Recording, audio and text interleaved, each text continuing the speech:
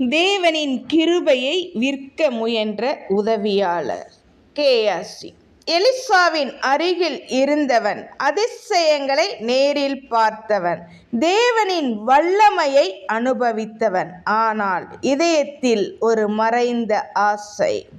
நாகமான் குணமடைந்த பின் அவன் பெரிய பரிசுகளை கொண்டு வந்தான். எலிசா மறுத்தார், கிருபைக்கு விலையில்லை என்றார். ஆனால் கேயாசி நினைத்தான், இவ்வளவு நல்ல வாய்ப்பை நான் பயன்படுத்தாமல் இருப்பேனோ, இது வீணா என்று நினைத்தான். மறைவான பேராசை.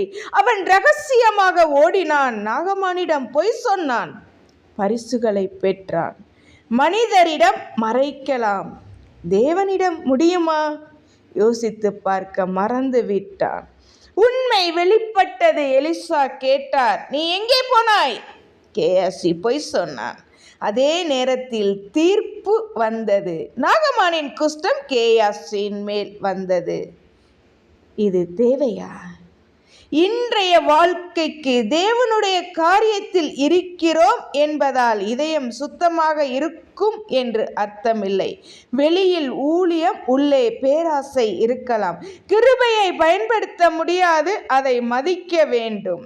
தேவனின் அருகில் இருப்பது போதாது, தேவனுக்கு உண்மையான இதயம் வேண்டும். கர்த்தாவே, என் இதயத்தை சுத்தமாக்கி பேராசையிலிருந்து காக்கும் கிருபையை எனக்கு தாரும் என்று சொல்லி வேண்டுவோமா?